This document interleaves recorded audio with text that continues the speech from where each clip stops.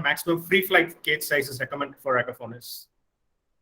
You want to know, for free flight cages, there is no limit. So minimum you have to give for the first bird, as I said, for the first pair you have to give by 3 by 2 by 1.5. And after for that, for every additional bird, you have to give 2 cubical square feet per pair of birds.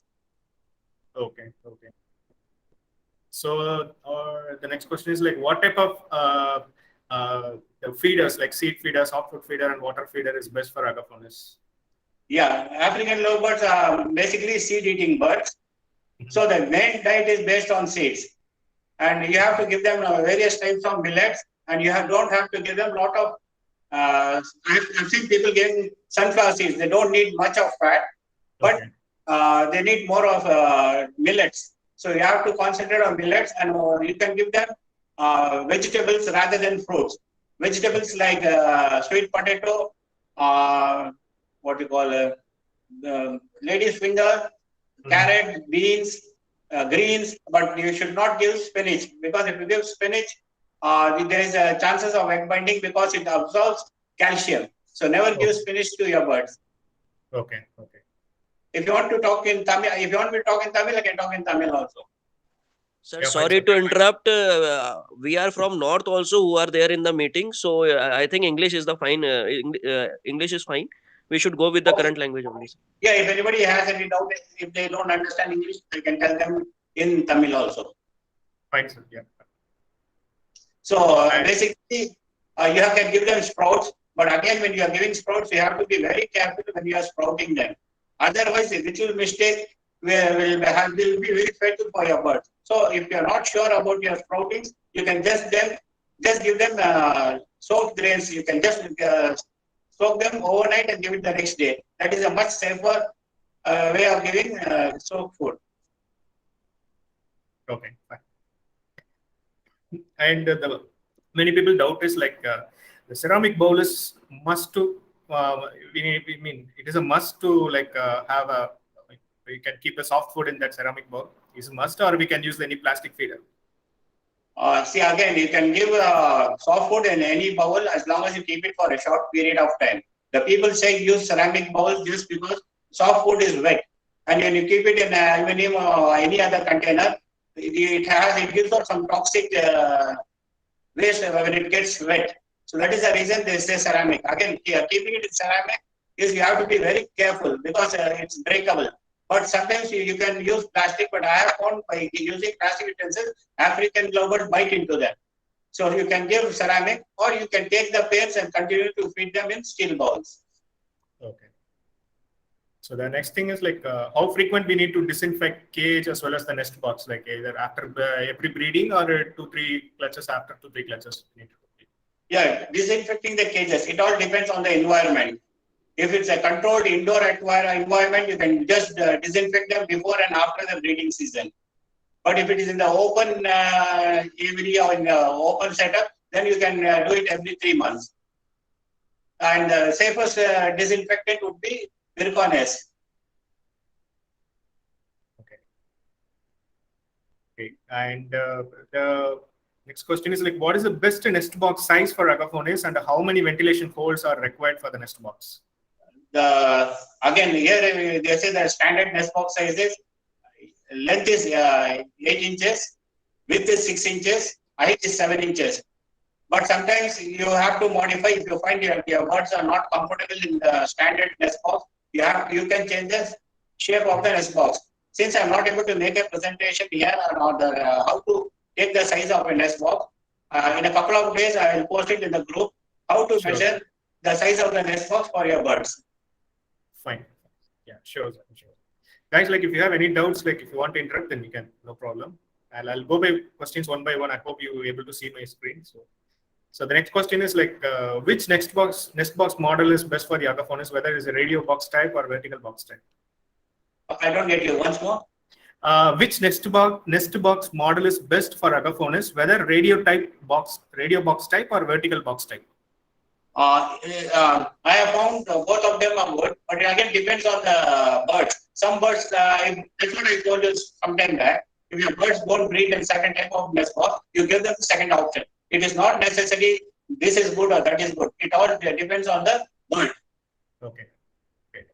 Sometimes I have used both the nest boxes. I didn't have any success, but they were not breeding. Then finally I gave them half open nest box where there was no entrance hole. The upper half was open, and they bred in that.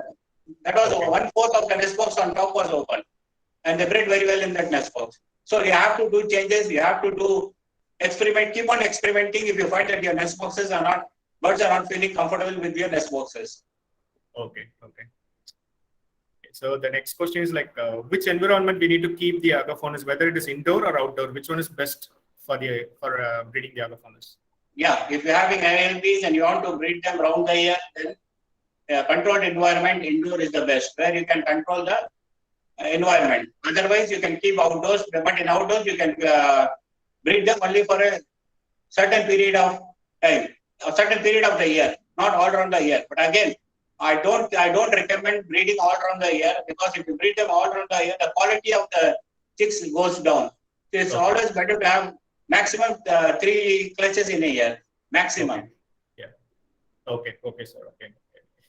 Guys, like, if you have any doubt on cage and environment related queries, please go ahead. Yeah. Pardon? Yeah, the cage and the environment doubt, related queries, if you have anything, like, you can go ahead. Anyway, I have completed you my want me to add questions. something to it? Sir, not sir. Like, I'm asking all the members, and I'm asking. Yeah, okay. Sir, can you explain the perfect condition for the keeping the bird? Humidity, temperature. See, African lovebirds come from Africa. Almost the temperature is same as in India.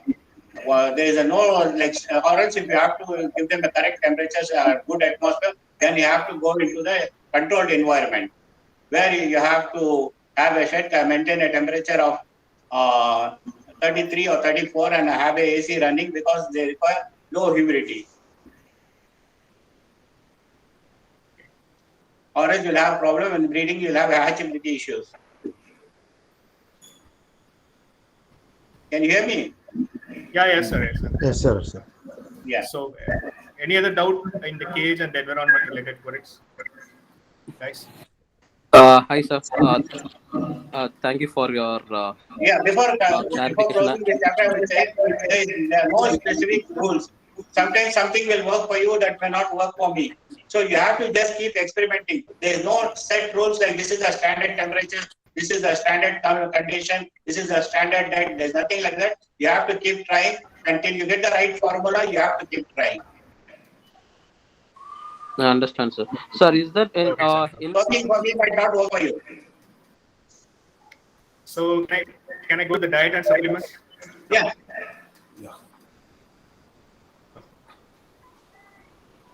Yeah, please go ahead. Yeah, guys, please go ahead. If you have doubt, you can ask. so in environment, if someone have issue with they are having chickens and pigeons, will that it spread from there to our cages? You mean to say, can you keep lovebirds and pigeons together? No. See, in my home, in the upstairs, I have agaponis, and nearby my friend or neighbors, they have chickens or pigeons. If they have chicken box or pigeon box, will that spread to my aviary? Yeah, sure. The chances are there. 100%. It So, depends if the wind is going from that direction to your aviary, the chances are high. If it is it's not in the way of the wind, then the chances are less. But certainly it will spread.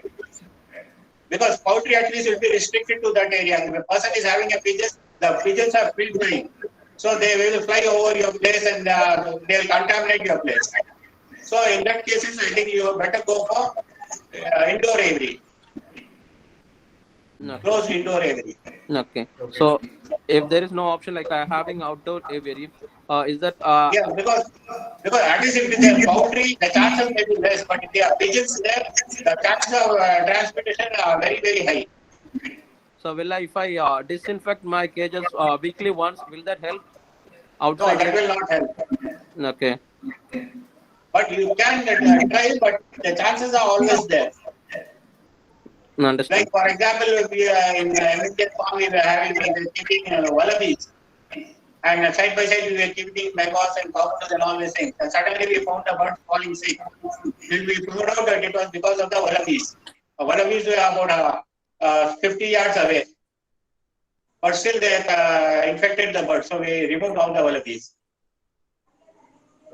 Okay. Thank you, sir. Thank you. Yeah. So the next topic is like diet and supplements related queries. So the question is like, what is the best diet formula and the schedule for agafonus? Again, I will not say there is anything called best formula. The best stable diet for them is millets, seeds, some sunflower seeds, soap grains, and what you call sprouts. And most important, during the breeding season and just before and when they are chicks in the nest, a lot of people laugh when I tell them the best food to give them is milk and bread. Some of my friends have used it and they say it's really good. And I'm telling you once again, during the breeding season and when you have chicks in the nest, please give your birds bread and milk. Take a slice of bread, soak it in the milk, add little water and give. And you tell me the result. And plus, egg food is very important during the egg laying season. Okay, so the milk is not toxic, sir? Or? No, because there is a very much big debate saying that milk is, birds are allergic to birds are intolerant to milk. But that is only in case of humans where milk have, men have, that is humans are intolerant to, some humans are intolerant to milk. But birds are not like that because birds do not have an enzyme that digests the milk.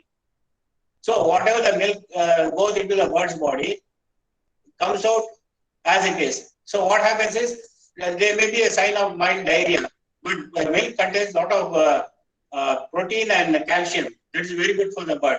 And if you go to the old books, you will find Rosemary, Doe, and all leading aviculturists telling you give bread and milk, and they even tell you that they were giving bread and milk in Laura Park. As the things change, as new things come to the market, it's again a marketing strategy. Those people who are swearing by the bread and milk are now saying it's not good. Okay. So to me, the best food is even we have bred macaws and cockatoos and still we give bread and milk in the farm. Okay. And we are getting very good result. And all my friends who complained that chicks were dying in the nest also told me now the chicks are not dying after starting bread and milk. Okay. Great. Thanks. The next question is like, how to give vegetable mix, whether it is steamed one or a raw we can give. Vegetables are always preferably you have to give them steamed because it is much more all the ingredients in it, all the vitamins, all the enriching factors in the vegetables are easily absorbable if you give it in a steamed form. Okay. Sometimes like it is not accepting, sir. Like birds are not accepting if it is steamed. Yeah, that's a lot of people say some birds are not eating mully seeds, not eating this, not eating that. The reason for that is because when you have chicks, that is when you have chicks, you have to start feeding them with all the food available. Sometimes what happens is somebody raising the bird will only feed them seeds. And once they grow up, they come to adulthood, they will not take anything else. It is because of the management. The bird is not eating all the food because it is a management issue. Okay. In the earlier stages, the bird was not introduced to a variety of food. Okay. So when you have baby chicks, you have to start giving them all type of food. Okay, fine. And another question is like, whether we need to give chopped. So we need to use chopper or it is not required. Birds like to chew the food, or we can chop it and then you can give completely. Or you can give them the small bits, or you can chop and give. That's not an issue. Okay. But generally speaking, if you see in the wild, the birds hold small pieces of food in their feet and then eat. But again, you can manipulate this way or that way. If you chop and give, the birds will be able to take a variety of food. Like you said, the bird maybe you have 4 varieties in chopped food. And the bird is used to eating only 2 and it's not used to the other 2. But when you chop it and mix it, it will get used to the other 2 also. But if you keep the pieces, then it will select the piece that it wants to eat. Okay. Fine. Yep. The next question is like, adding multivitamin supplement in vegetable or fruit mix is good or bad for agafonus, whether it will create malnutrition or overdose problem. Not only agnomoris, for all the birds, mixing it in water gives a chance for the bacteria to develop very fast, because most of the vitamins that come have a sweetener, and because of that, when you mix anything in water or any antibiotic in water, the bacterial growth is very fast. Whereas if you mix that in soft food or in dry seeds or seeds or any other form of food, it's much safer. Okay. And the next question is like mixing multivitamin supplement, probiotic, calcium in water or food. Which one is best way for aquaponics? Yeah, food is better, not in water. Water contamination is very high. Bacterial growth is very fast. Okay. And whether we can buy as a powder or liquid, sir? Which one is the best one, sir, for buying the supplements and stuff? That's okay. But see, if you're going to use it in what you call dry seeds, then you can go for dry. If that particular mineral or vitamin is not available in dry form, you can go for liquid. Okay. But try avoiding mixing in water. Okay, sir. Like the next question, like, could you please share what is the correct multivitamin unit measurement or quantity like for agafonist to avoid overdose? It depends on what vitamin you are using, because each product comes with its own composition. So it depends on what you are using. So it is better to follow the instructions on the manufacturing label. Okay. And what frequency like we need to give supplements per week, 2 times or 3 times like that? See, it again depends on what type of supplements you are using. Okay. For example, some people use it like they say, sir, I use it once a week. Some say we use it twice a week. But I think if you want to use anything, you have to use it at least continuously for 7 days. Any product you use it for minimum 7 to 10 days. Okay. Guys, like, do you have any doubt in the diet and supplements? Pardon? Many people will. Yeah, that's no, sir. I'm asking members. Members, like, Okay. do you have any doubt in diet and supplements related stuff? Yeah. Hi, sir. So, Yeah. if our birds is, if they are eating soft food correctly, if we are providing different kinds of vegetables, fruits, everything we are providing, and they are eating that one, then the use of multivitamin, is it really required for agaponis? Actually, vegetables are much better than fruits. And again, it depends, because vegetables and fruits do supplement the diet of the bird, but still it is sometimes required, especially during the breeding season, to add supplements to the diet. Okay, sir. And one more thing, you told about the bread and milk. So, how to prepare that one and provide it to the birds? Can you explain it once again? Yeah, again, the bread and milk, I would say you have to buy the bread that comes from the manufacturers like Modern Bread or Britannia Bread, because those breads, if you leave it for 2-3 days, when the bread becomes stale, when you crush it, it comes out in a powder form. Whereas the breads in the bakery, they become very very sticky. You cannot turn them into a powder form. So go for a branded bread, let it stale for 2 days, take 2 slices, add milk till it is totally soaked, then add some water, then give it to your bird and remove it after 1 hour. Okay. Thank you, sir. Yeah. Sir, what about this egg food? Egg food, okay. Again, the egg food, what you have to do is, you boil an egg with the yellow, grate the egg, again take the bread, crumble the bread, mix the egg food, and keep it to the birds. So when you want to keep the milk, if you don't have the branded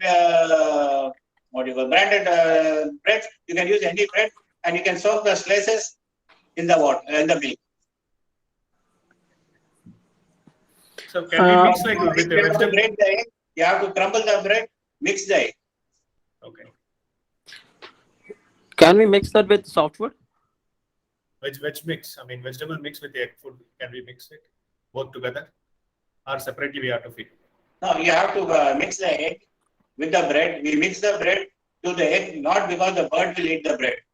We mix the bread so that it acts as a carrier for the egg. Otherwise, you have to use huge quantity of egg to feed your bird, and there will be lots of wastage. If you see when you mix the bread, after that, at the end of 1 hour, you see only the bread will be remaining and all the eggs will be gone. So that is the reason for mixing the bread. Only place where the birds eat the bread is when you mix it with milk. No, sir, like the people queries is like we can mix a vegetable mix as well as the egg with together. Or so they again see that because if you mix the vegetable with the egg, you will have to remove it after 1 hour. But whereas if you keep vegetables, you can keep the vegetables for 3 to 4 hours. Okay. Okay, sir. And one more thing, sir. Talking about the egg, is it advisable to give daily during the breeding season? Will it create any problem? Which one you're talking about? Bread and Egg, milk egg. or egg? No, egg. No, see, when it's out of breeding season, you can give it twice or thrice a week. Otherwise, when you're during the breeding season, during the mating season, you can give it every day. Okay, sir. Thank you, sir. Because egg contains a lot of protein, and if you give protein, the birds, people will lay more eggs. Yeah, actually, I heard it from people like if we provide eggs daily, it will create, I mean, some problems for the agaponis. I mean, lot of proteins to be ingested in. So that's why I asked whether we can But provide. again, it depends on the quantity. No? You're not giving it as a stable food or a basic total or the standard diet. You're just giving it as a tidbit. Yeah, okay, The got it, quantity sir. of 1 ALP will not be giving more than 10 to 15 grams of mixed the bread and egg. So it depends on how much quantity you're feeding to your birds daily. You Yeah, have to got just it. give it as a snack. Yes, got it, sir. Just as a treat. Fine. The next topic is like breeding and parenting issues. So the first question is like how to avoid dead in shell problems. Dead in shell. Yeah. There are many reasons for dead in shell. One is infection that is transmitted from the parents to the egg. So it also depends when the dead in shell occurs. If it occurs within the first 7 days, then it means the parent birds are infected with some bacterial infection.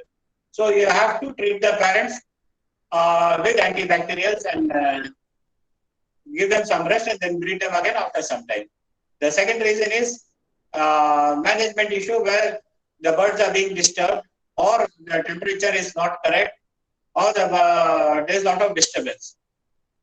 Or even a nutritional deficiency can lead to later embryo death because the egg does not have the energy to keep the growing chick alive. So the egg runs out of required nutrition by the time before it hatches.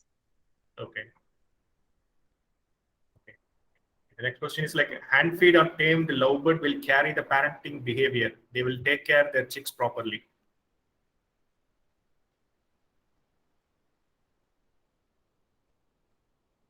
Hello.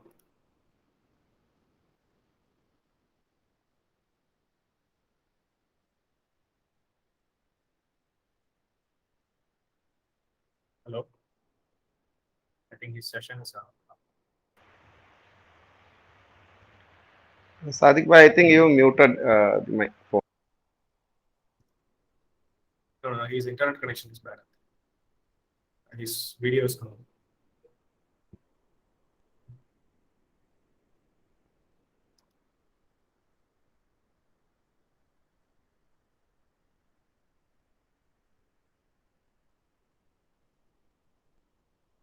Hello. Sadiq sir, you able to hear?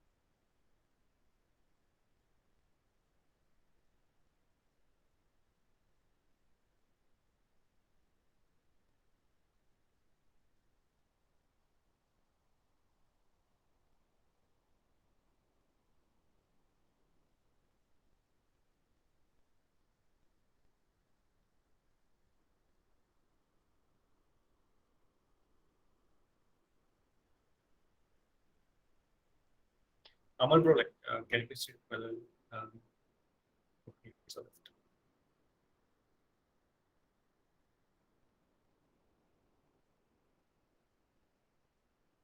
guys, like, give me a couple of minutes, like, I'll check and come back.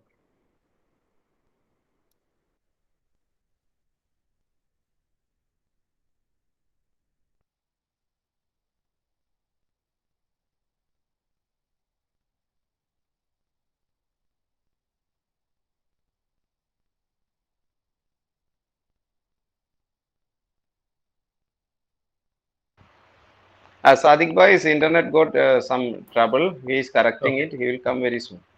Okay, fine, fine. Thanks.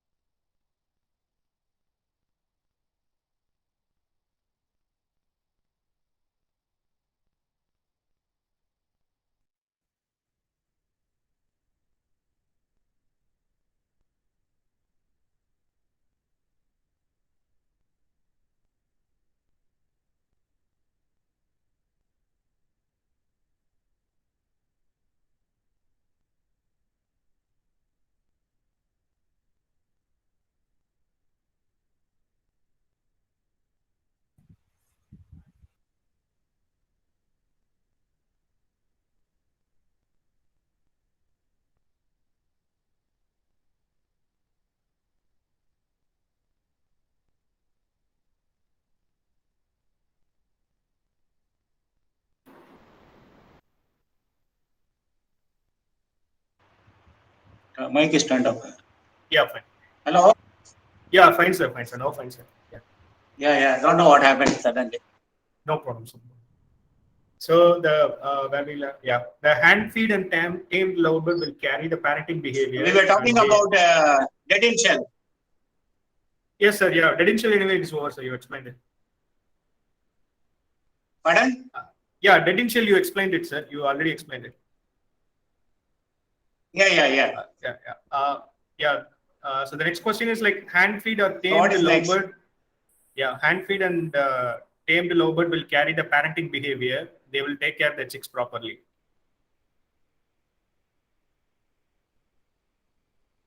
Yeah, they will do.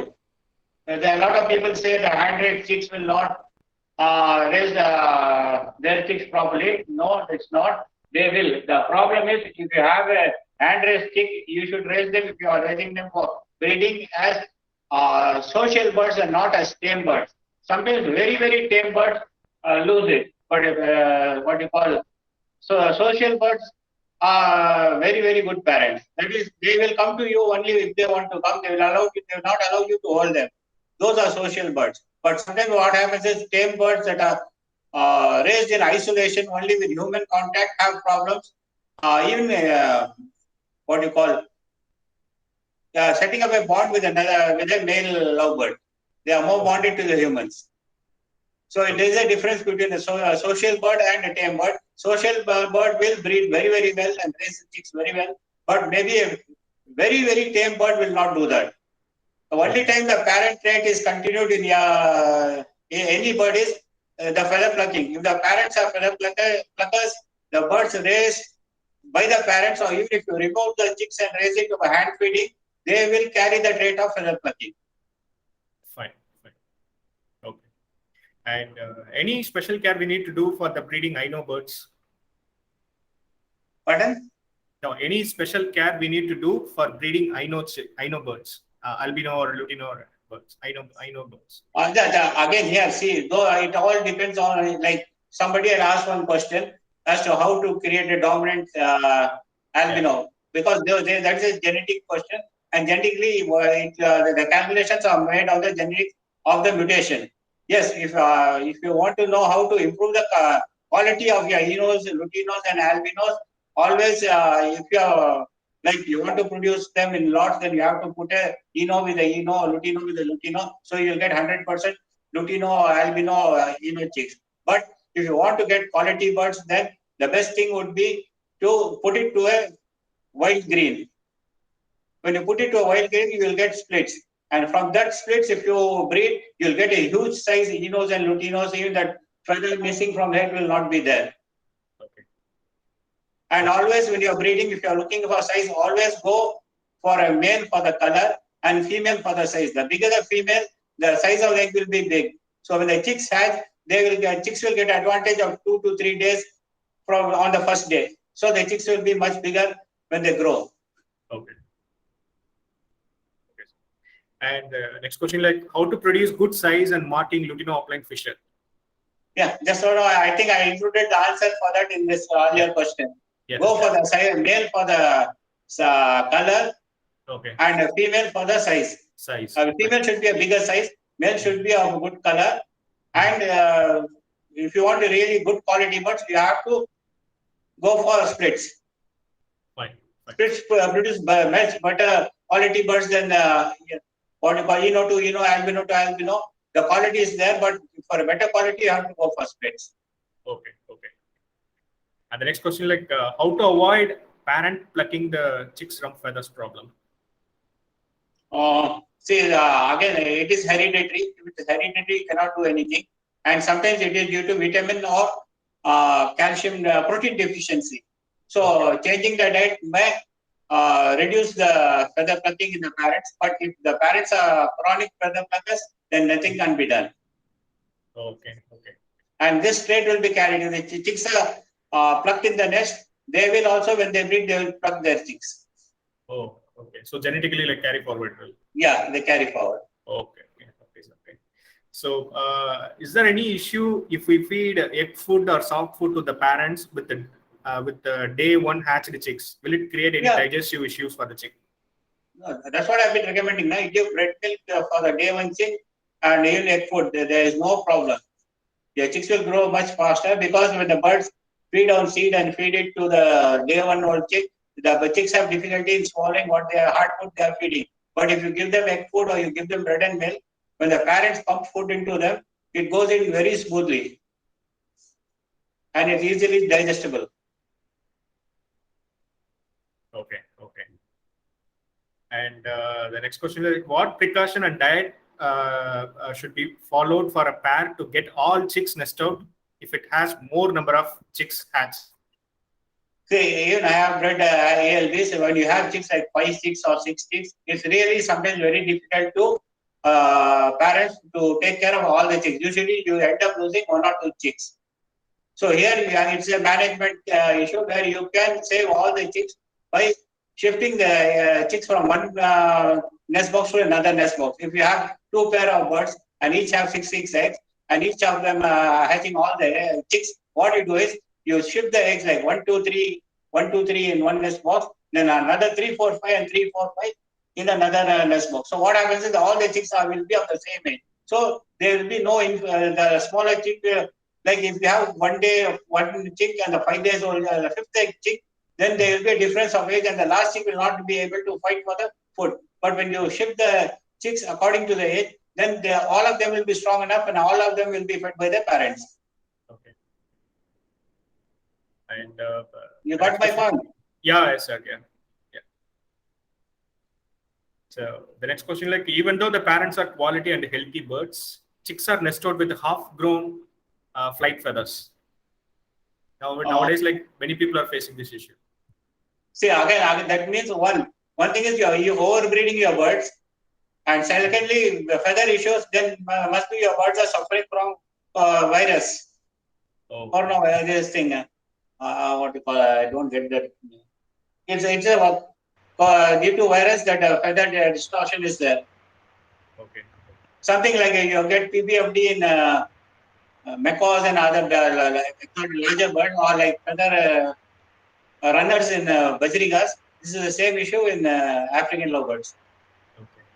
So any precaution things you have to do, sir, or it is just no? You see, if you are sure your birds are not overbred, and if you continue to get this sort of issue, then you better change the pair.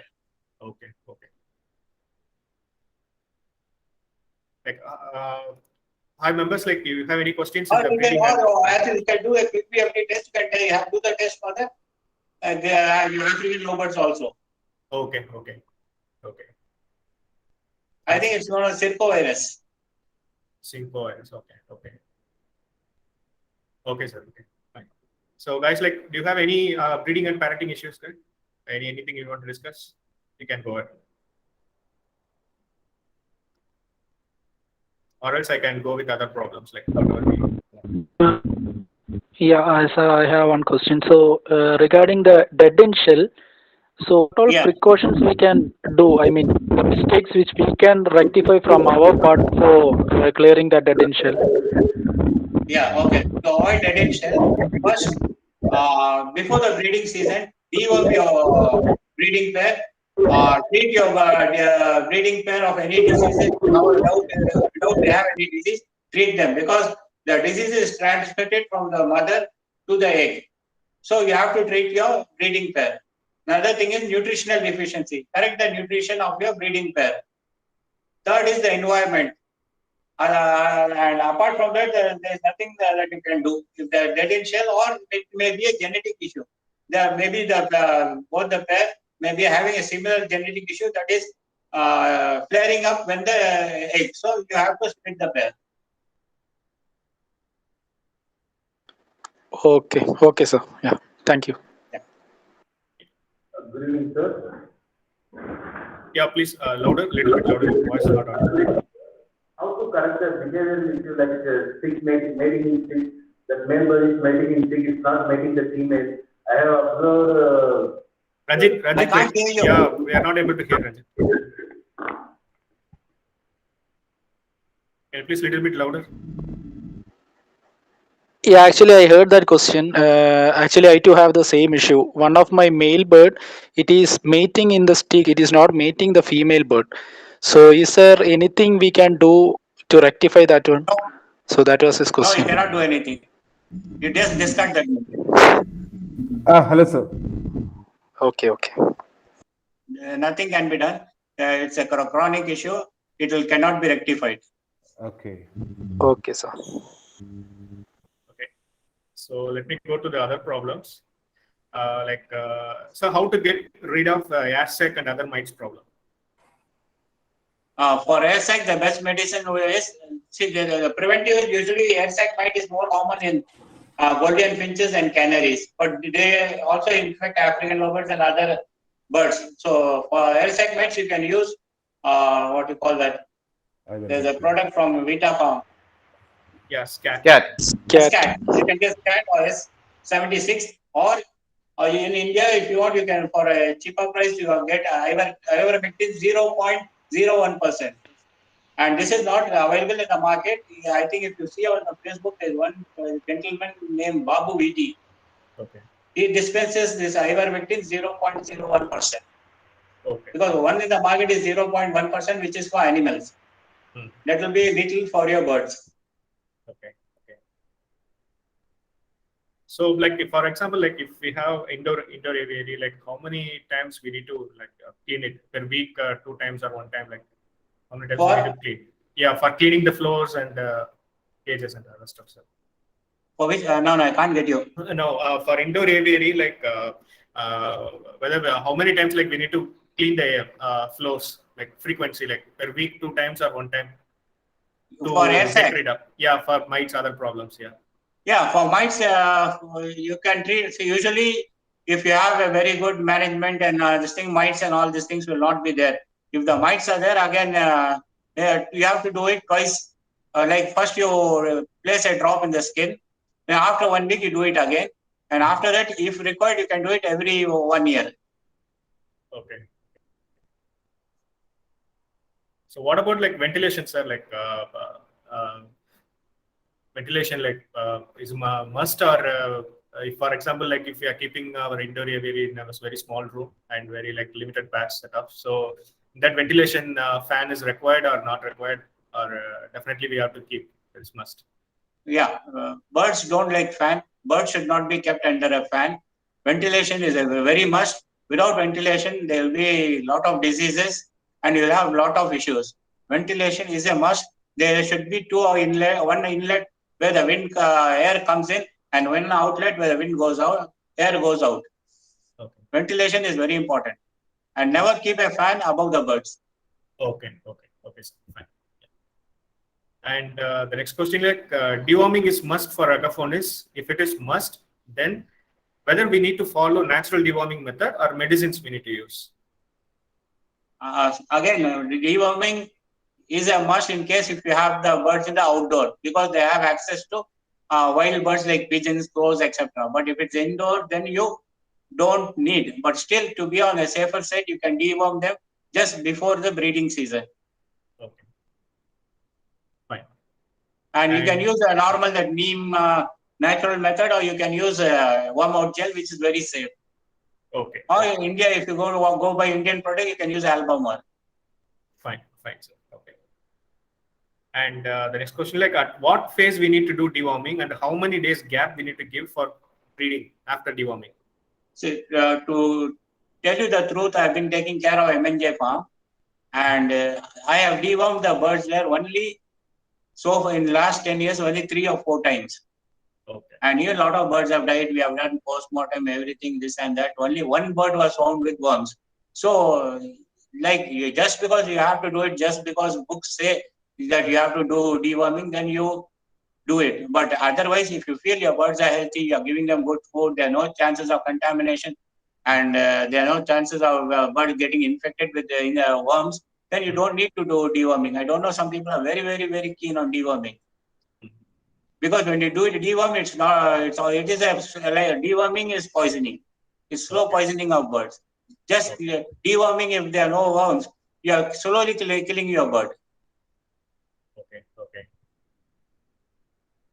Okay, sir.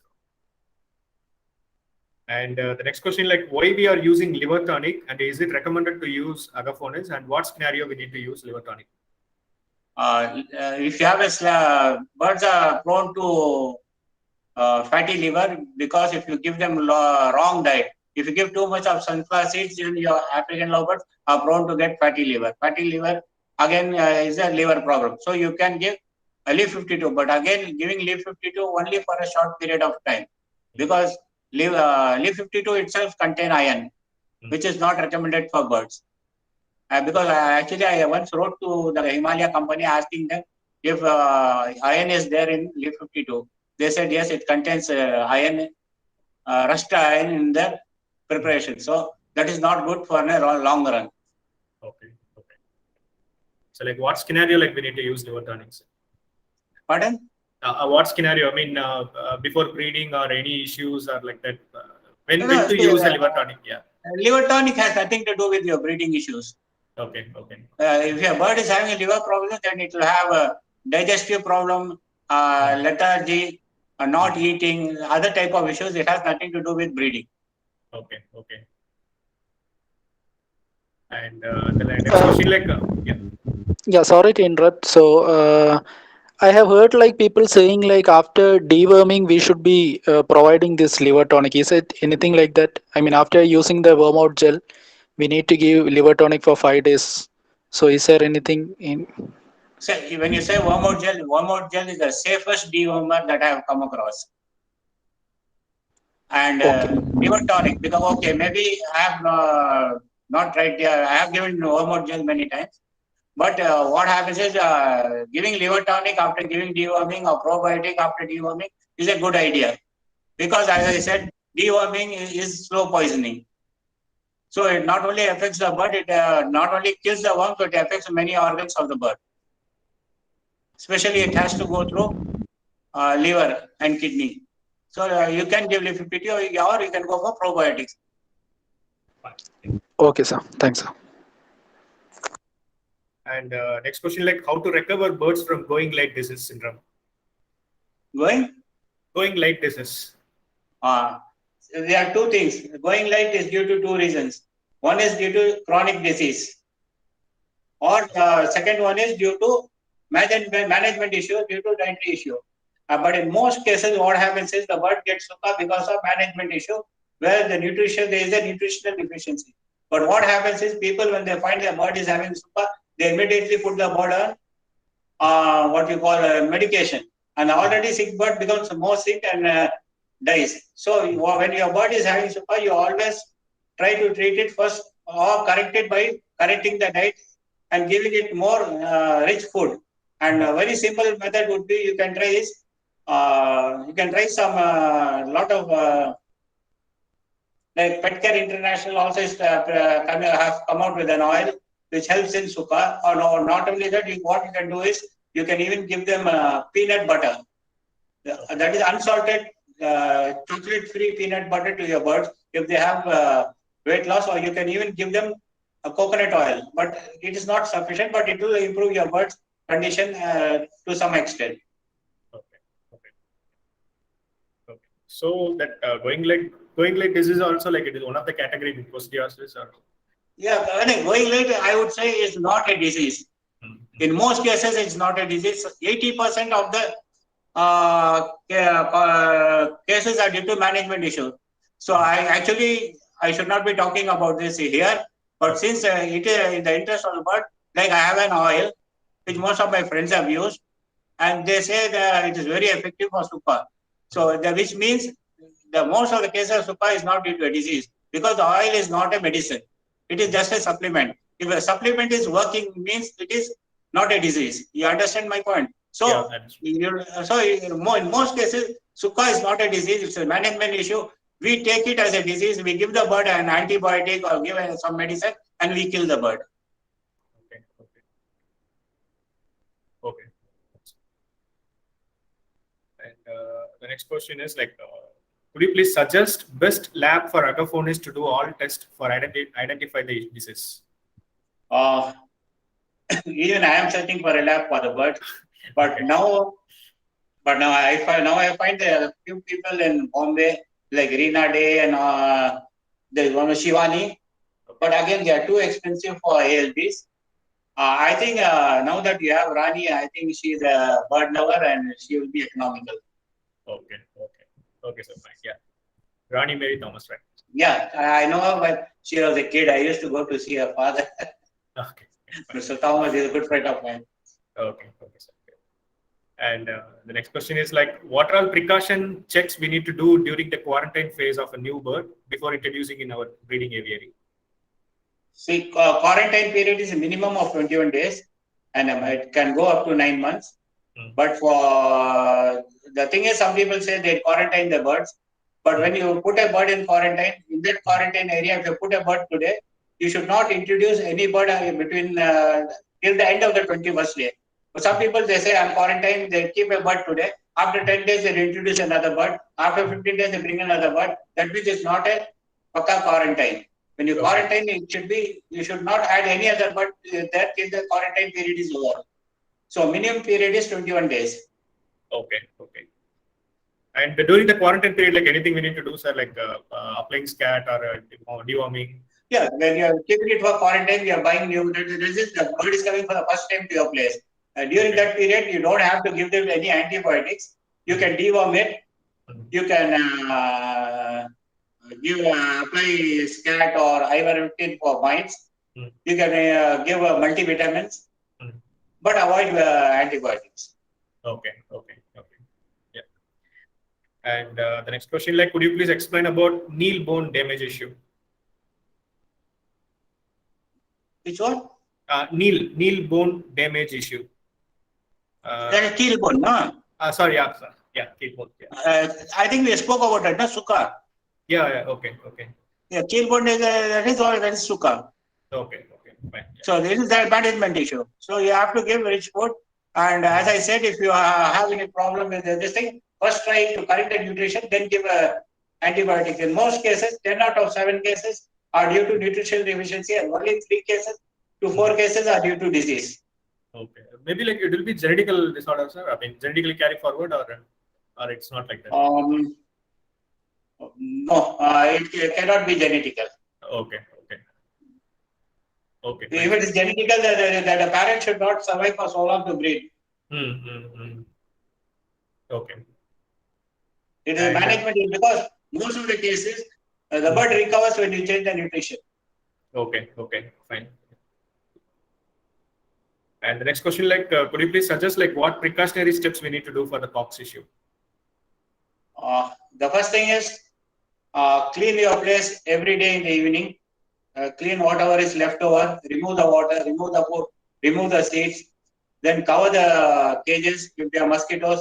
You have to get rid of mosquitoes. Mosquitoes are the main cause for pox. And when you buy a bird, especially when you are keeping African bird, is very, very important.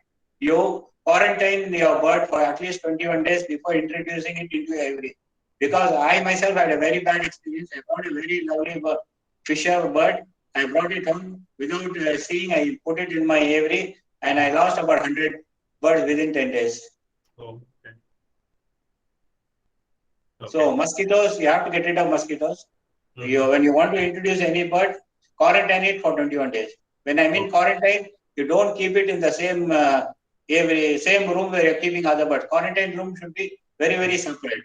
And when you have birds in quarantine, you first have to do all your daily routine work and only then go to the quarantine. You should not go to the quarantine room, handle the birds and go to your aviary. You have to go to the aviary and then you have to go to the quarantine room, and after that you have to take a bath if you want to go again to your aviary. Okay, okay, sir. And the next question, like, can we use homeopathy medicine for pox? If yes, then could you please suggest the best medicine? Yeah, there are many medicines, and most of my friends say they are really good, but I have never used, so I am not sure. I cannot throw much light on it.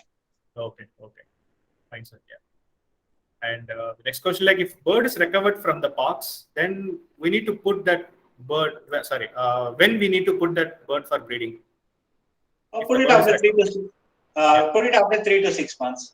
3 to 6 months. Okay, okay. The reason, sir, like why we need to 3 to 6 months gap is required. Yeah, 3 to 6 months because the bird will be weak. Not only pox, not only affects externally, internally also the digestive system, everything is damaged. because all the mucous membranes, everything are infected, which we are not able to see. So we have to give the bird time to recover. Okay. The bird, once the bird has recovered, the disease will not be transmitted to the chicks. Okay. Fine, sir. So the next question, I hope you answered it. Even though the pox is cured, whether it will carry the disease to chicks? So that's the next question. If it is cured, it will not. Okay, fine. So genetically also, like, it won't be. No, it's not. It does not affect the genetics of the bird. If it is infected, it is temporarily. Till that period, it is infected. Once infection is over, it is 100% normal. It does not carry any virus. Okay. So, like, the many people, like, few people are facing the pox in lesions in leg fingers or something like that, and a few people are like facing lesions in eyes. So if those who are having, the birds are having in lesions in the legs, I hope it will recover, like, ratio wise, like, compare with like leg pox and eye pox. So the leg pox related birds, like, it's recovering very easily compared with eye pox. So is there any difference, sir, or the virus level it is a common one? No, it's nothing like that. There are two types of pox. One is the dry pox and one is wet pox. When you see lesions in the eye and when you see lesions in the neck, it is dry pox. And the wet pox is very, very dangerous, where it affects the internal organs of the bird, and that is very dangerous. When your bird is having pox in the neck or in the eye, the easiest way to treat is treat them with what you do is you take baby shampoo, take a small brush, apply the shampoo around the eye. Okay. So once you keep applying it once or twice every day, after 4 to 5 days, the pox will dry and fall off. You can apply the Johnson, whatever shampoo you have, baby shampoo you are using to the feet also and to the eye also. We are using baby shampoo because even if it goes into the eye, it will not cause irritation to the eye. And any bird suffering from pox, you have to give them vitamin A. Okay. So the pox vitamin A in human form, we are getting it under the brand name Aquasol A. Aquasol A. Okay, sir. Like, the next, I have doubt actually. So whether the pox will occur only in a featherless place or a feathered place also? In a featherless place. Yeah. Only occur in featherless place or even inside feathered place? No. On the bare skin. Yeah, bird skin. Yeah, yes. Sorry, sir. Wait. Featherless place. Featherless place only to occur. Okay. Yeah. Okay. So yeah, that's a common question, sir. Like, guys, like, if you want, you can ask questions. So we have time. So I have a question on the clutches which you were talking about. So you told, like, in a year we should be taking at only maximum three clutches in a year. So is there any disadvantage if we go in one shot, or is it advisable to give a break after every breeding, or which is a most advisable one? Yeah, you can.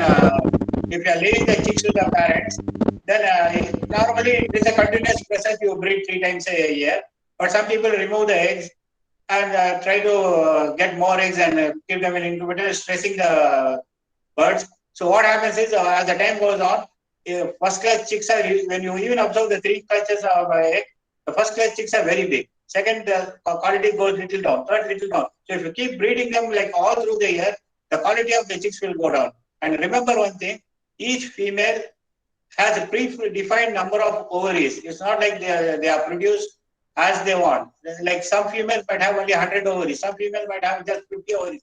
Like in humans also, some women give 10 births, 10 children, 12 children. Some women are able to give even 1 child. So some people think they can keep on breeding birds unlimited and the female will keep on laying eggs. It's not like that. Some females might have only 50 ovaries and they will not give more than that. Some may be having 200. So it's always better to go slow. Okay. So it is better to give a break after each breeding. That is what it is. Yeah. No, if you're breeding them, you have a setup, you breed them, you have one child, they have laid eggs, they have bred, the chicks have come out. You don't have to give a break. Sometimes giving a break also breaks the cycle. After 3, like when I say don't overbreed them, some people what they do is they remove the eggs. Like again next month it lays again. Again you remove the next month again it breeds. It's not with the quality of the egg also, but also the health of the parents also gets affected. Yeah, So yeah, if you yes. go by the normal process, breeding 3 times a year is normal. Yeah, got it. Yeah. And one more thing, never breed during the rainy season. Birds are not supposed to breed in the rainy season in nature. But if you want to breed them in the rainy season also, the best thing would be you have controlled environment, indoor environment where you can breed in them in winter also. Because if you breed them in outdoor areas in winter, it will lead to egg binding, chicks, chilled chicks, chicks staying in the nest box.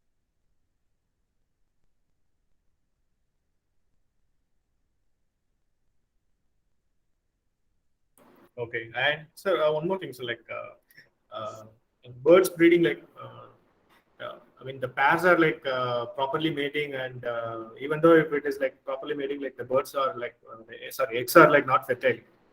And a few people are like following some process, they are, I mean, plucking the feathers in the vent area, both male and female, and before breeding, they are keeping it. Sometimes like it is working, sometimes it's not working. And a few people are giving vitamin E, more vitamin E, supplements like Fertivate and those kind of stuffs they are providing. So even though giving all treatments, like still after 2-3 clutches, still so the eggs are like not fertile. So is there any reason, sir, or anything we have to do? Like, I mean, special things we need to do. Yeah, eggs are not fertile. Yeah. Reason could be first check the purchase. Purchase should not be loose and should be of correct size.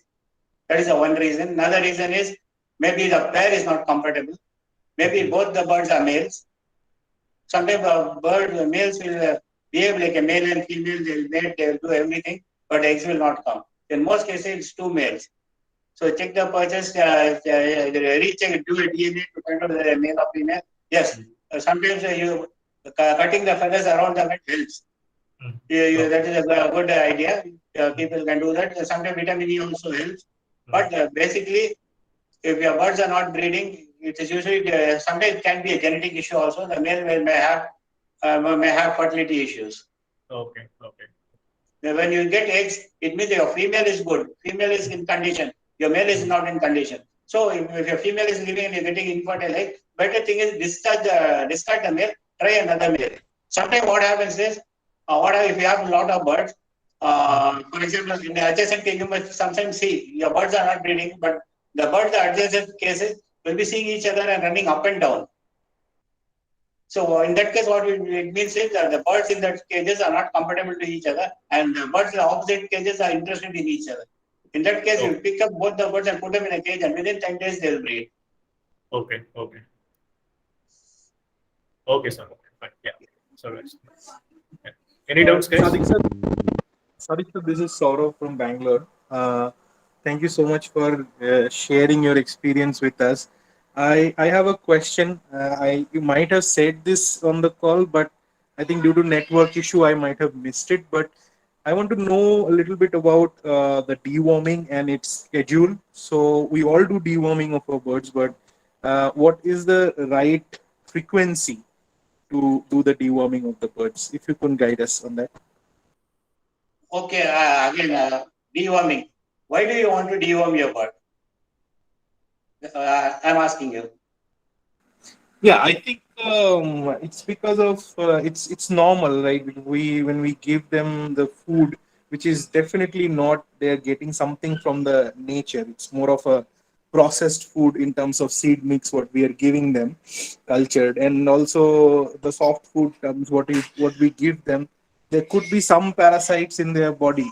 That's uh, what I have heard, and deworming once in a year. That's what I'm currently doing. Should So, keep what the is the bird result? healthy. I Do you don't find have any. any? Sorry, sir. No, you're doing deworming. Do you find anything advantages in that? I think I didn't see any infertility issues in my bird. I don't see any disease in terms of. I mean, touch wood. For till now, I don't see any of my birds are unhealthy or like not eating, not active, and I think they're breeding nicely. Hardly I have any issues with egg bindings and all. I don't have such issues so far. Okay.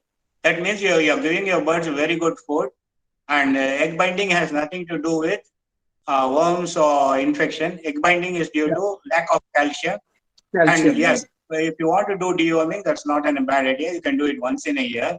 But Okay. instead of doing when you want to deworm, you can even go in for, you can take some samples of the droppings, check the droppings for the ova or cyst, and then you can deworm your birds. Otherwise, once in a year before the breeding season is okay, but you should not make it a habit. Once a year before the breeding season, you can give it once, and again after 15 days, you have to give it once more, because the dewormers will only kill the worms and not the ova and the cyst. So when you give it on the first day, maybe all the worms that are there will die, but the ova and cyst will be there, and in the next 15 days they will hatch out. And so that has to be killed. So after 15 days, you have to give it once more. Only then the total worms will be eradicated. Okay. Thank you. That's very helpful. Thank you so much, Sadiq sir. Yeah. So, sir, even if it is a wormwood gel we are using, we need to use it after 15 days. I mean, one more shot, we need to give it after 15 days. Yeah.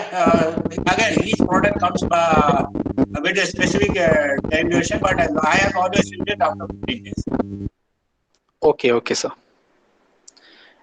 And one more question, you were talking about the rainy season, we should not breed it. So what about if the temperature is very hot? I mean, is there any, whether the birds will have any issue in breeding? Yeah. If it's really hot, it will not affect the breeding. Usually, what happens is when it's really hot, the birds are able to manage the heat. Like if you have eggs in the nest, if it's really hot, the birds will go take a bath and go sit on the egg and maintain the humidity. Keep the humidity in a proper required level. But when it's really cold, it's very difficult for the birds to keep the egg warm. They themselves have to keep themselves warm, and so they cannot spend what you call. It's really difficult for the birds to manage in winter than in summer. Okay. And Thank not you, only sir. that, in summer, lighting is very bad. Sometimes when there is a heavy lightning, it kills the embryo inside the egg. Oh, okay, sir. Okay, thank you.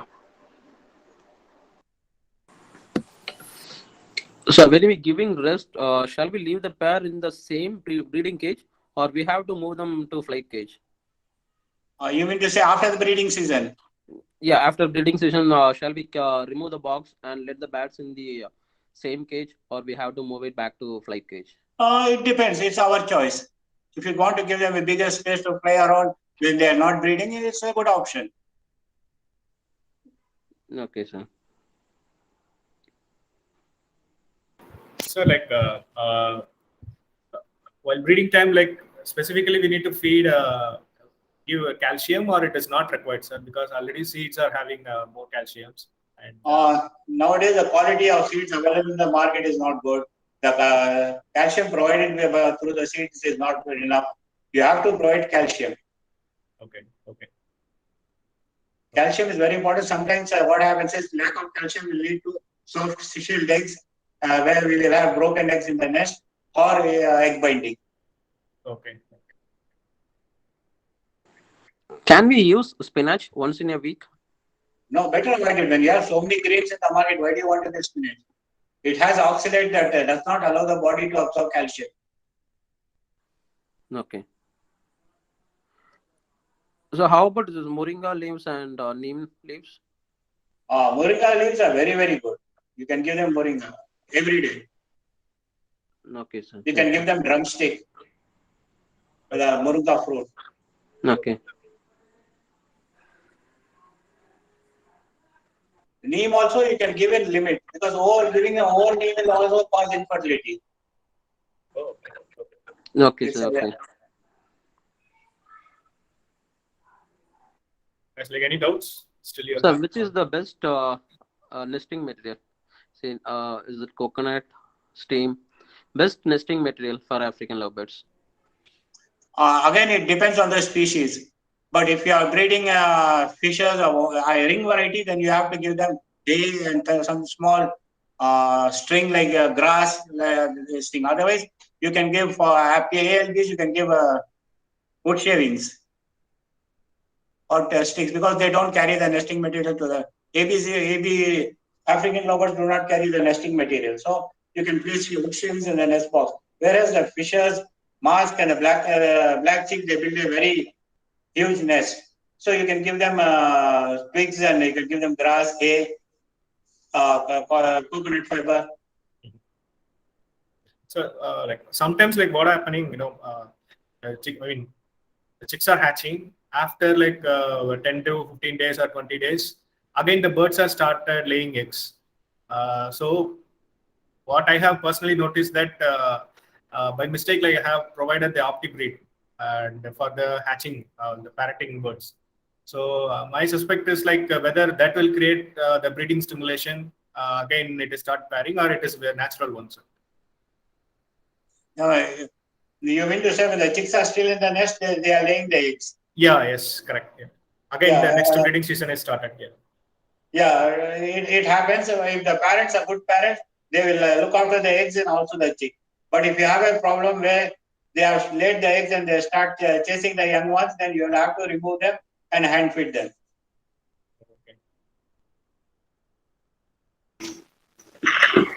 No, why it's laying the egg before?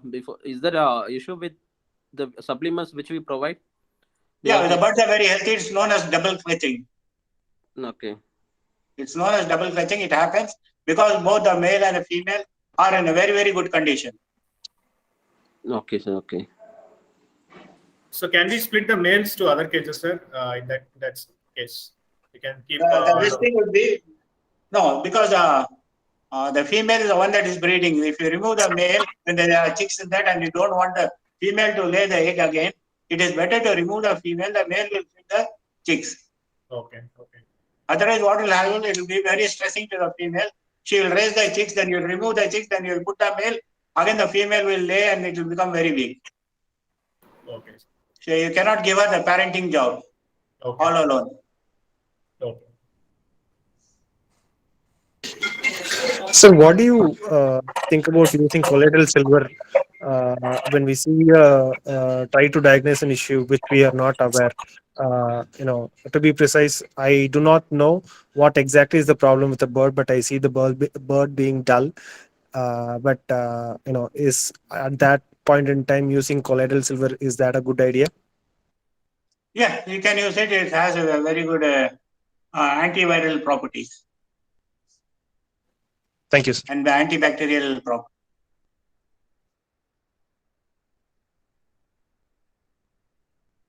Any other questions? So there are few pairs. I have put breeding together. The same age birds already given me 2 clutch of chicks with healthy chicks, and the other birds still they have not laid the egg. Almost 6 months. Yeah, it depends on pair. Tell me.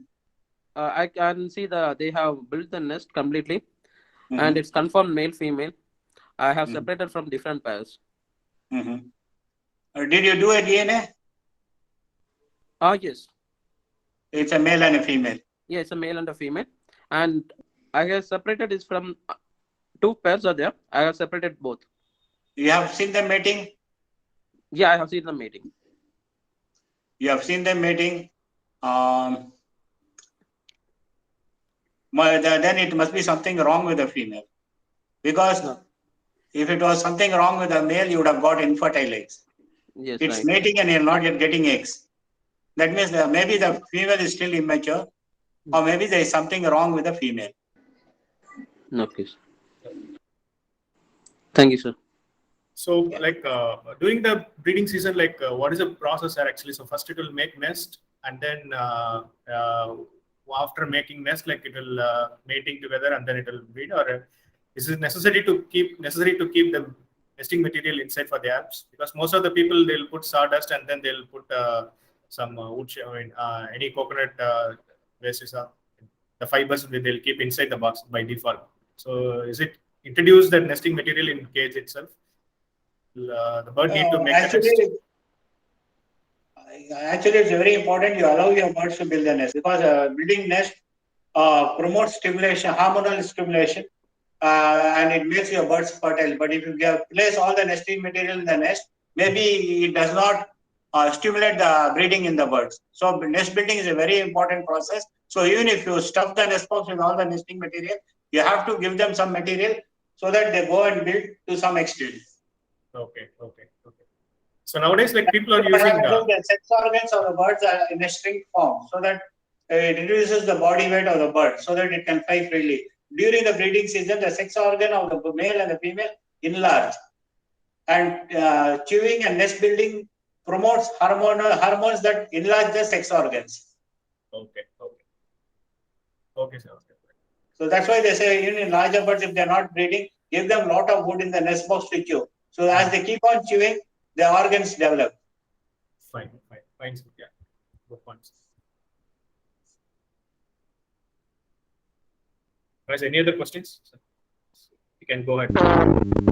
Seven. So is flight cage really necessary for our agaponis? Flight cages? See, it again, if you give them a flight cage, it's all really good. So if you confine a bird even in a 3x2x2 for years together, it's not good.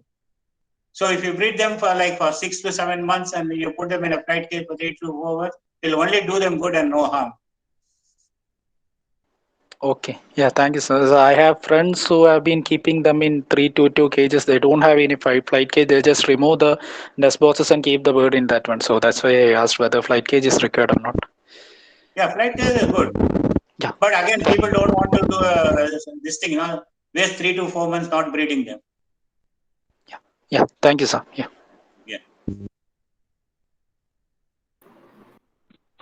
Sir, good evening, sir. Ramesh from Madurai, sir. Good evening.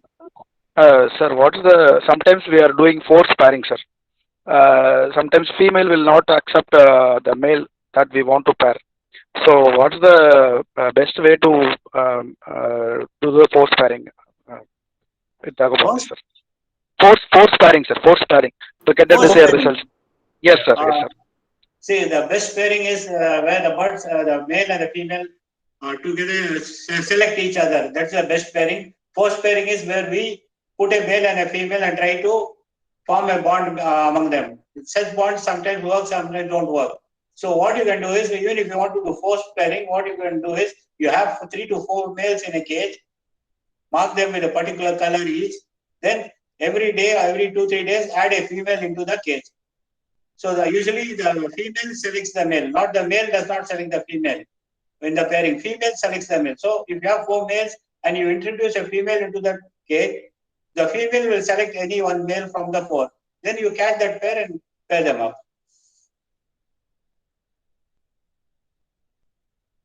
Okay. So every time what you do, keep on adding a female till all of them are paired. Okay, sir. Fine, sir. Thank you, sir. Yeah. And regarding that water feeder, sir, like few people are keeping that rabbit water feeder. So is it recommended, or we need to keep water feeder in bowls, sir? Water.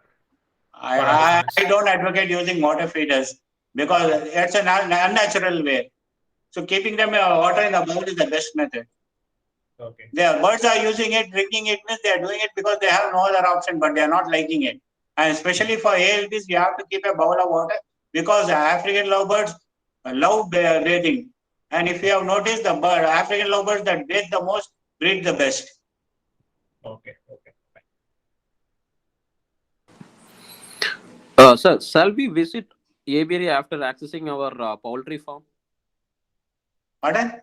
So after accessing the poultry farm, shall we go into the aviary without bathing? Better not. Okay. Even if there is no disease in the poultry? See, again, if you go by the manuals, go by the book, go by the rules, it is advised that you go to any market or any poultry farm or any meat or any place, you have to take a bath and only then go into the aviary. Okay, so thank you, sir. Thank you for clarifying on this. Yeah. Guys, any other doubts? Yeah. So is there any problem if we provide clay pots for giving water? Using clay. No problem. You have to clean them every day. Okay, sir. Ivan Pro. Hello. Yeah. Yeah, I have a small doubt. Like, Yeah.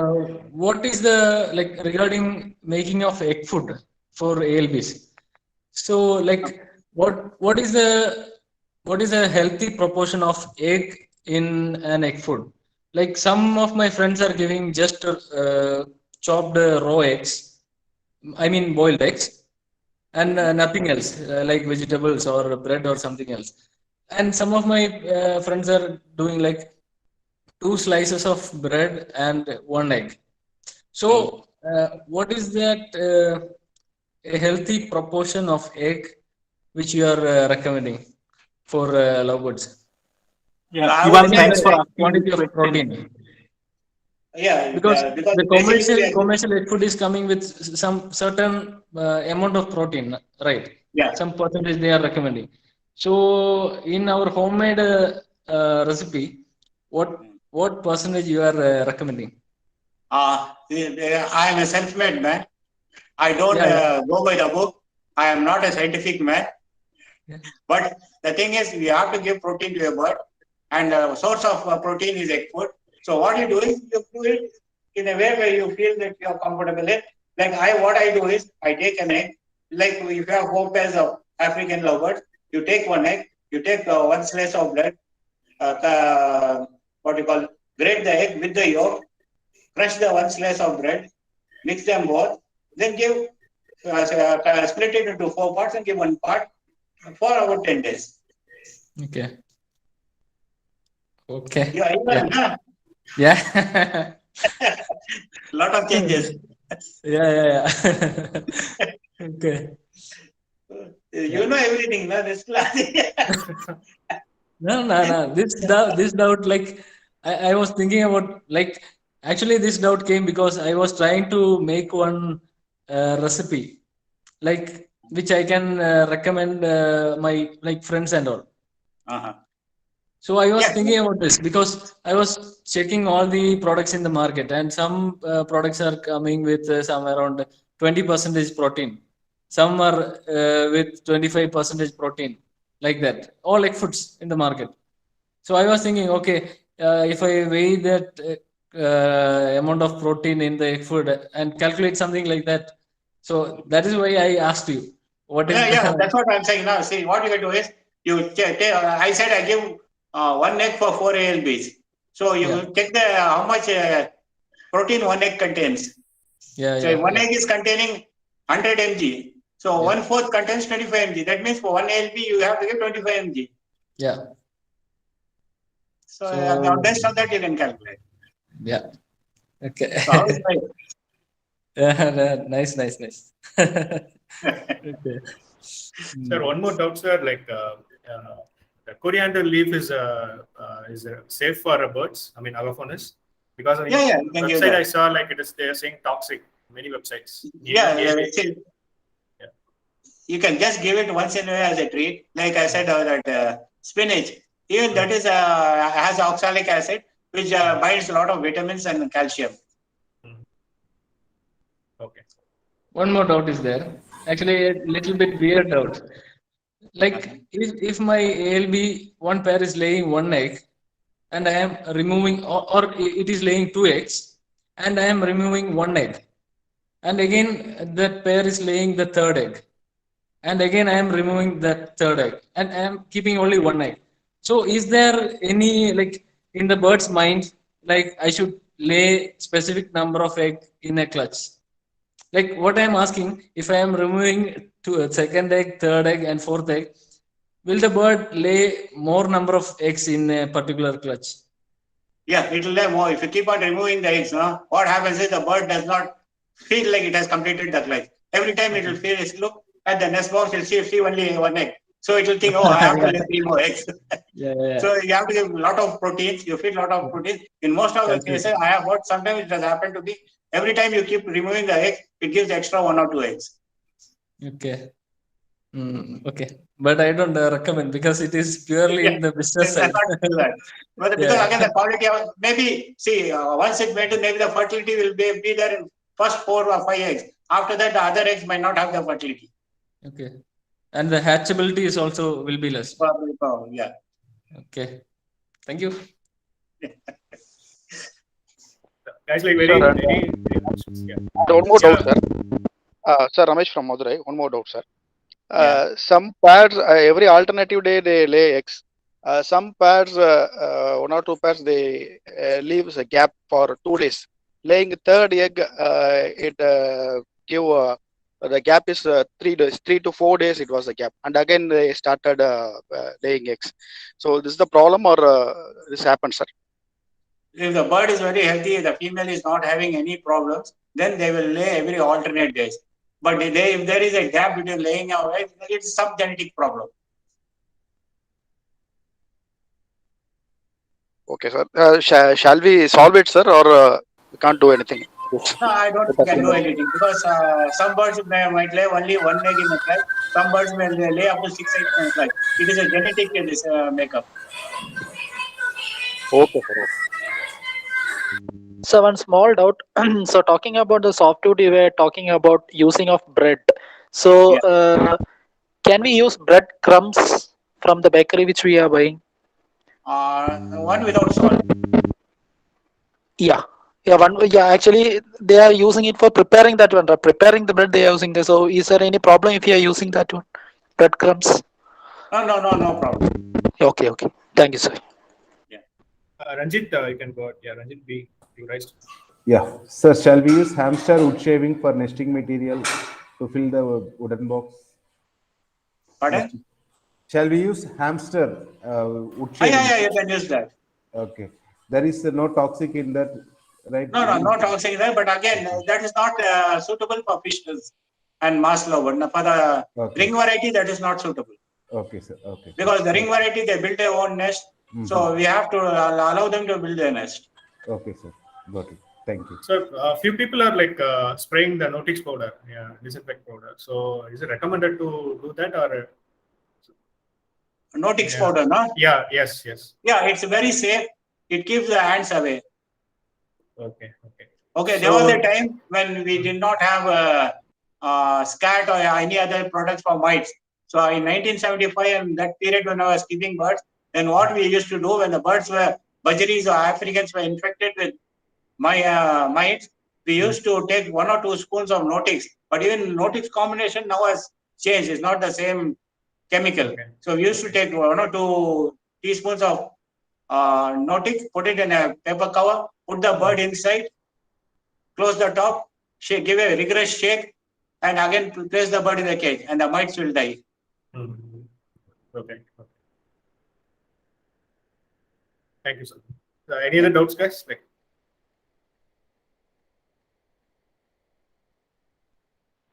Sir, I have one question regarding the sanitization. So, I've come across, mites issue a couple of times, and I always felt the pox is originating because of that. So I try to clean the trays every week, and I have tried using various sanitation medicines like Corsolin PH, Virkon, and a few other local medicines. So every 15 days once. Is it? And I try to remove all the food bowls and even spray it on the birds. So is it like doing this every fortnight? Is it recommended or is it an overkill, sir? No, when you say you remove all the bowls, you remove it every day, no? Yes, sir. I remove it every day, but if I'm sanitizing on a particular day, before I spray the water with mixed with medicine, I remove the food bowls so that the medicine don't get into the food, and when they after that they take it, or the water bowls. So I remove everything and just spray it on the cages and also on the birds, just to be on the safer side. Yeah. Pox. The best thing to keep pox away, you have to keep the mosquitoes away, because pox cannot be transmitted through food or contaminated water. pox is transmitted through mosquito bites. So you have to find a way out to keep the mosquitoes away. That is, you have to keep your place neat and clean. If there are too many mosquitoes, you cannot use any mosquito coil or any other thing. So you have to cover your cages at the night with a mosquito net, or make your aviary mosquito proof. Got it, sir. But for the pox, yes, I got it that we'll have to prevent the mosquitoes from Because inside the. whatever hygienic thing you do, how much spraying you do, whatever you do, if there is a mosquito comes and bite your bird, and if they carry the pox virus, then your birds will get infected with pox. Got it, sir. Got it. But what is the frequency of sanitization you would suggest to clean to sanitize inside the shed? I didn't get you. Your sound is cracking. Sorry, sir. I hope I'm audible now. So, what is the frequency that you will suggest to sanitize the bird room? Oh, like sanitize, you mean to say you want to do a thorough sanitization once in 3 months? Or you can use Vircones, you can spray it every weekend. Got it, sir. Thanks. That answered my question, sir. Thank you.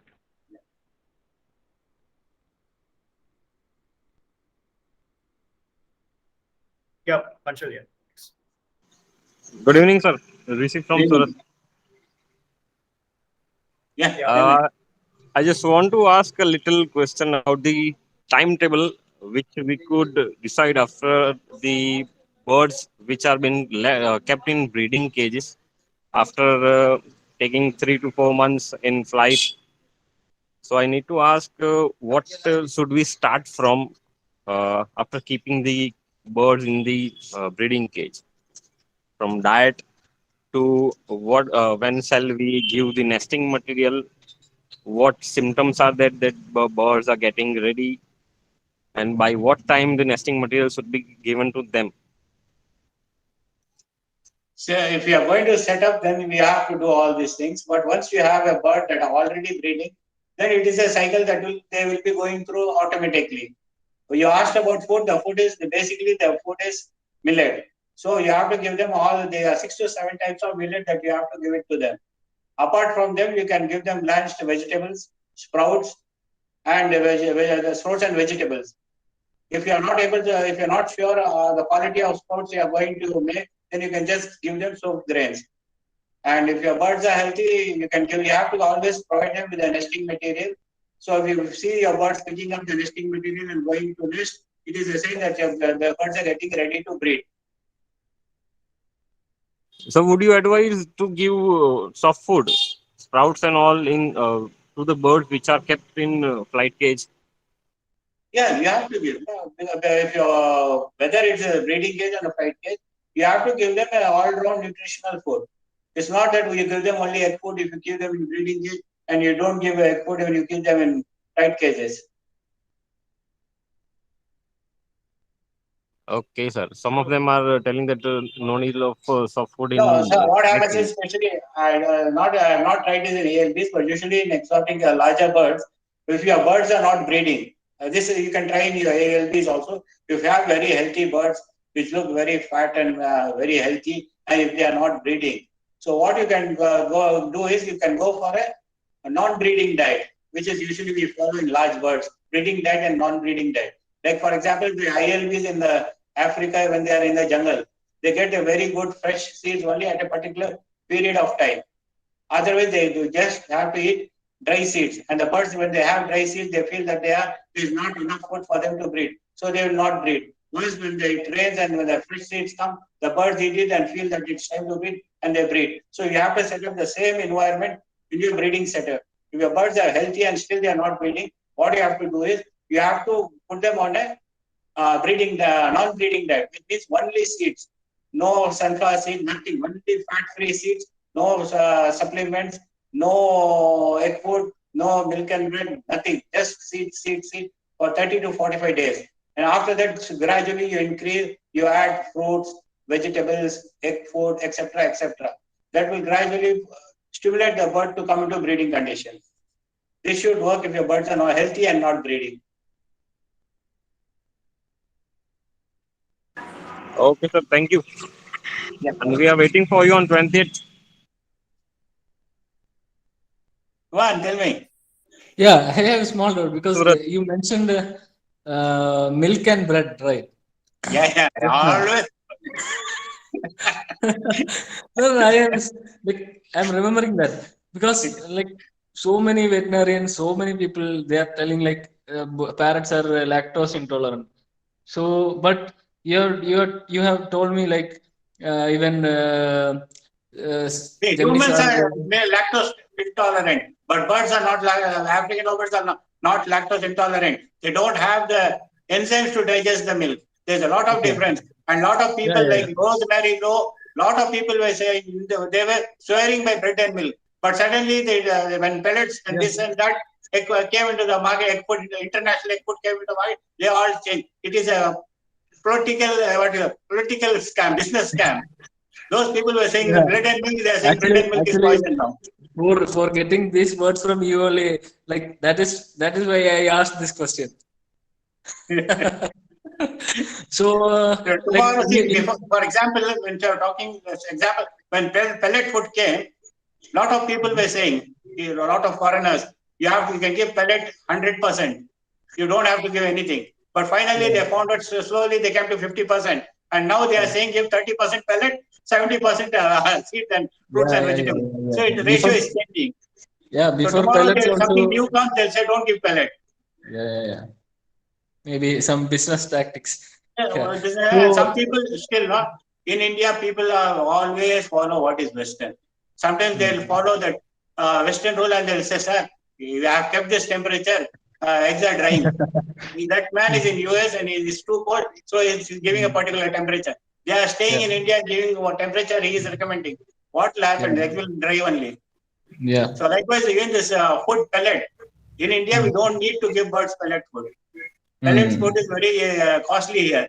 And Yeah, fresh food is very, very cheap here. We get very fresh fruits, vegetables, seed, everything here, which is less than half the price. But yeah, US, they are giving pellets because they cannot provide fresh food because it's very expensive there. yeah. The And people don't even understand that. yeah, and even I am thinking nowadays. I'm thinking about like even the imported seed mix.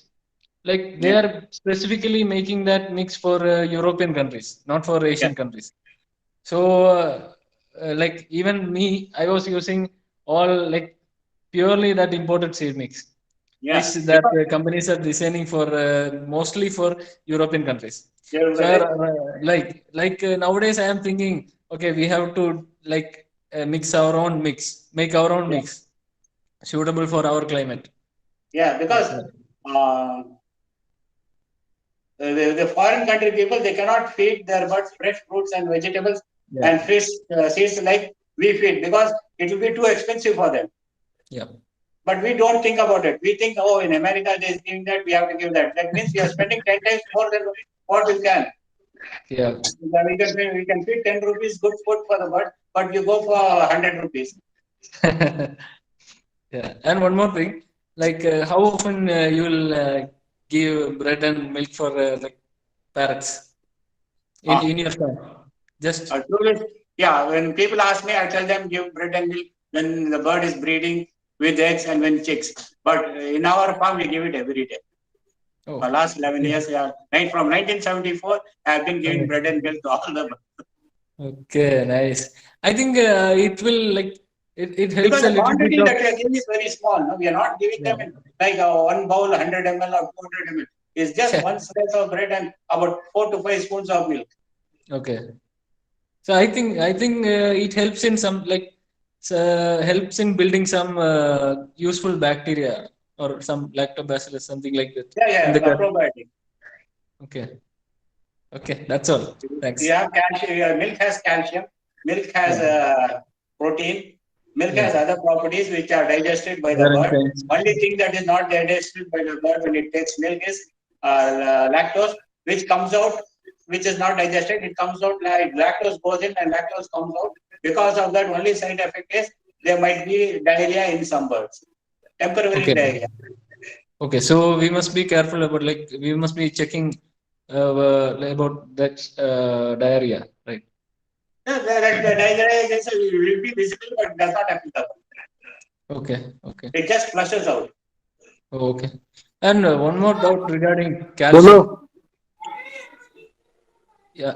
Yes, If we yes, are come giving, here. First time there. if we are giving excess amount of calcium, like, does it produce a very hard shell egg? Over calcium, giving over calcium Yeah. also can lead to calcium toxicity, calcium Okay. poisoning. Okay. It And does also it leads to thick shell eggs. Excel's also, like, it will become thick, yeah. okay. Very Okay. thick, and calcium also causes toxicity. It affects the lungs and kidneys. Sorry, Yeah. liver and kidneys.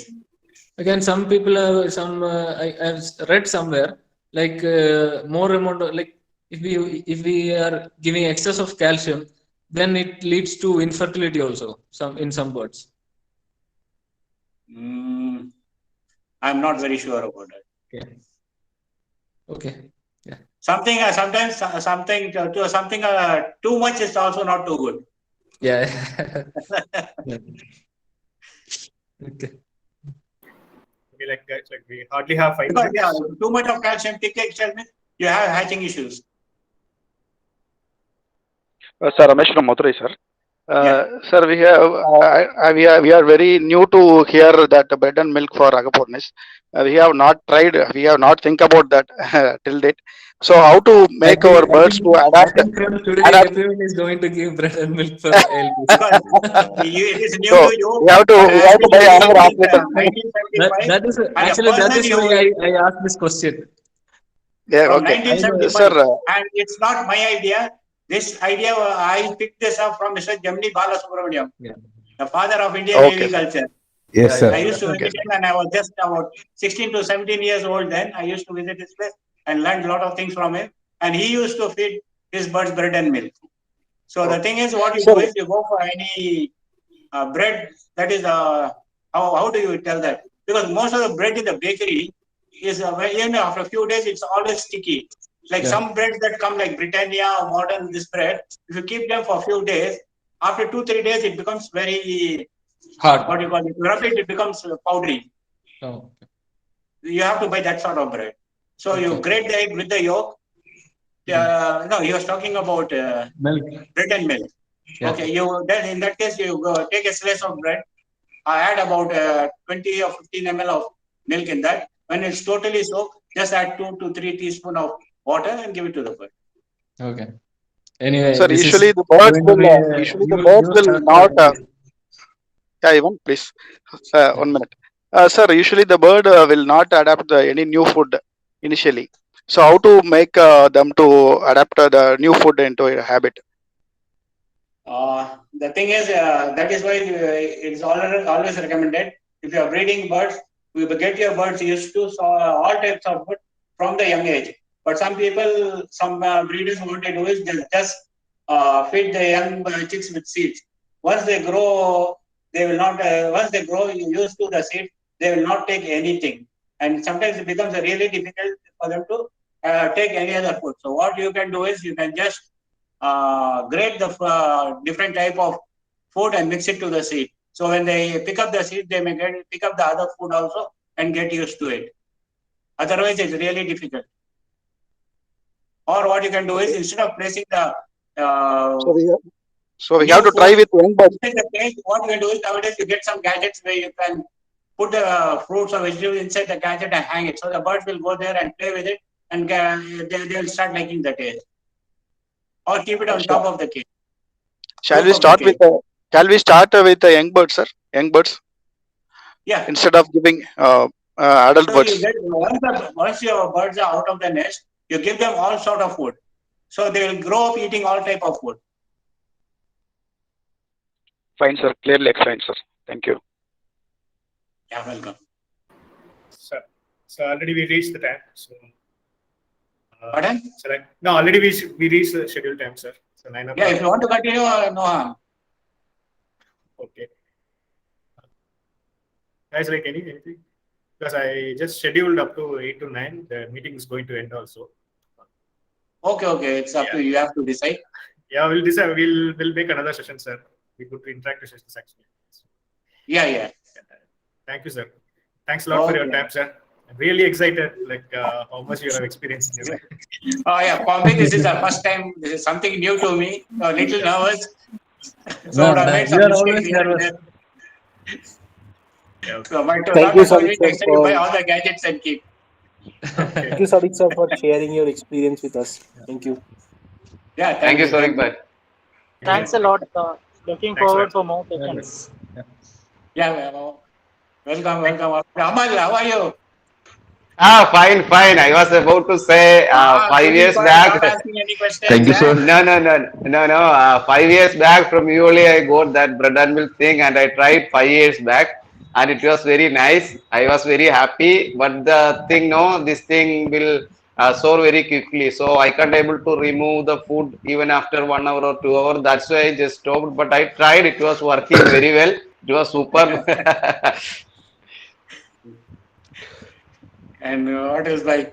Fine. Thank you so much for the Uh, session. Okay, bye. Okay. Thank you sir Sadiq sir बहुत बहुत शुक्रिया sir आपका आपका knowledge share करने के लिए sir Yeah. Anytime, भाई. आप लोग के लिए हाजिर हूँ. सर जी, आप लोग के लिए I'm sir always sir there. बहुत बहुत शुक्रिया सर Yeah. अरे पंचाल. सर ठीक क्या भाई बोली क्या मैं? सुना ही नहीं दे रहा है.